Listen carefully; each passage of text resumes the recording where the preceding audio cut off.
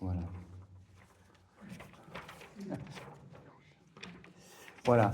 Ça, c'est le nom de l'Éternel en hébreu. Et une particularité, je le montre aussi à l'écran, une particularité que vous savez, c'est qu'il est imprononçable, ce mot, parce que c'est 4 consonnes et il manque les voyelles. On ne connaît pas le son des voyelles. En fait, tous les mots hébreux sont basés que sur des consonnes. Tout le Tanakh, l'Ancien Testament, à la base, est écrit uniquement en consonnes, mais en le lisant régulièrement, en parlant aussi cette langue par le passé, du temps de David, il n'y avait pas de problème, c'était un support et on comprenait très bien quelles étaient les voyelles qui étaient derrière. Je ne sais pas si on voyait Shalom, ben c'est Shalom, Yisraël, c'est Israël, etc. Hein. Et pour le nom de l'Éternel, c'était aussi clair. Mais voilà que je pense au niveau, à la période du deuxième temple, après Esdras, Néhémie, en prenant cette parole, tu ne prononceras pas ou tu n'élèveras pas le nom de l'Éternel en vain, ah ben, il y en a qui se sont dit, ben, on ne dit plus le mot éternel en hébreu, donc, hein, et comme ça, on est clean. Et puis, il a fallu juste une génération pour qu'on ne sache plus comment prononcer ce mot. Donc, voilà pourquoi ça s'est perdu. Et puis, quelques centaines d'années après Jésus, ça, vous le savez, il y a des rabbins qui ont eu l'idée super de dire, oui, mais attention, ces voyelles, on est de moins en moins à parler, faisons une combine pour qu'on puisse ne pas les perdre. Et puis, ils ont, inventé les voyelles d'une manière super intelligente. Tout simplement, un point c'est I, 2 points c'est E. Donc, en dessous de la lettre, on met un point, ça donne I, 2 points E, A, O, U. L'affaire est classée. Mais maintenant, pour ce mot-là, que faire? Alors, je ne l'ai pas dit, mais vous le savez, donc ce mot-là a été remplacé, parce qu'il faut quand même pouvoir l'exprimer, par Adonai, Seigneur. Quand on dit le Seigneur est mon berger, Adonai, enfin l'Éternel est mon berger, Adonai Roi. Donc, et que mettre comme voyelle là-dessus? Ben, ils se sont dit, on va prendre les voyelles de Adonai pour se souvenir qu'on dit Adonai. Alors, je passe les détails, mais il y en a qui sont tombés dans le panneau, des non-juifs par la suite, qui ont dit, ah, voilà comment le prononcer, puis ils ont mis Yehovah. Mais on ne sait pas si c'est Yehovah, et ainsi de suite. Hein. Donc voilà, ça c'est juste un rappel de la chose, mais maintenant je vous dis ce qui m'a parlé, c'est qu'un jour, en lisant la Bible, enfin 2-3 versets en hébreu, qu'est-ce que je trouve? Je trouve ce mot de l'Éternel, mais avec une lettre qui est insérée, c'est le D, Dalet, la porte, et puis qui est mis à la place, en troisième place. Et ce mot, il est tout à fait clair, je le montre aussi peut-être ici, là, à l'écran, c'est Yehuda. Yehuda, c'est Juda, la tribu de Juda.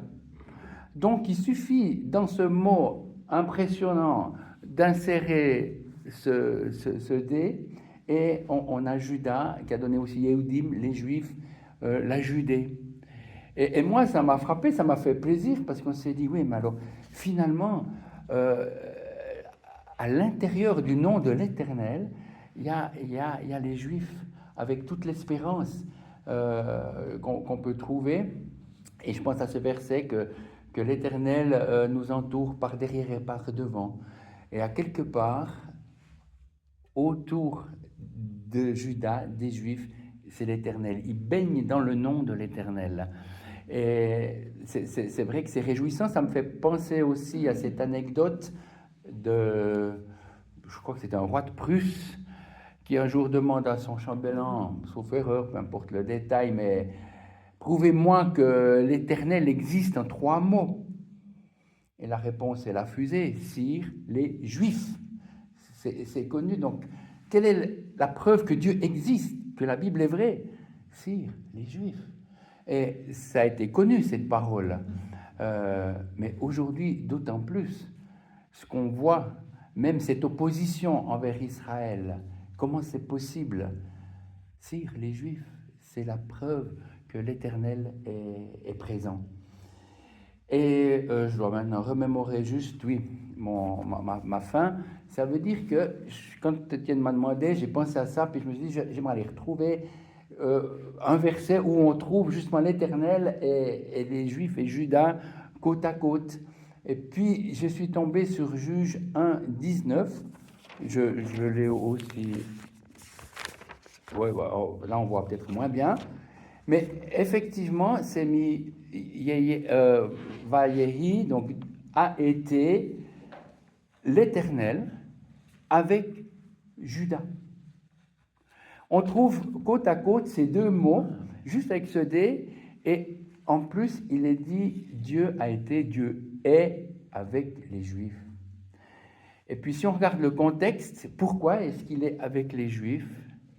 Pour prendre, c'est écrit Yahash, moi je dis pour arracher, mais pour prendre possession des montagnes.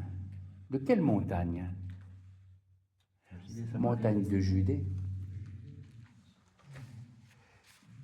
Dieu, l'Éternel est avec les Juifs pour cette Judée. C'est aussi lié à un territoire. Voilà. Non, Juge 1, 19. Alors après, bien sûr, il y a une suite. Il y a aussi ce verbe être qui est très important parce qu'on voit plus loin, il est dit que Dieu est avec eux en parlant de Benjamin, mais le verbe être n'est pas utilisé. Le verbe être est souvent n'existe pas, j'allais dire en hébreu, comme auxiliaire en tout cas. Et puis le fait qu'il est là, il y a sa force à dire, c'est une existence, c'est pas. Donc c'est très fort. Dieu est avec Israël. Et moi, c'est encourageant aussi par rapport à cette vision qu'on a entendue ce matin. À la fin, il y a un plan A et il est avec. Voilà. Alors, c'est ça que ça m'a fait plaisir de vous partager.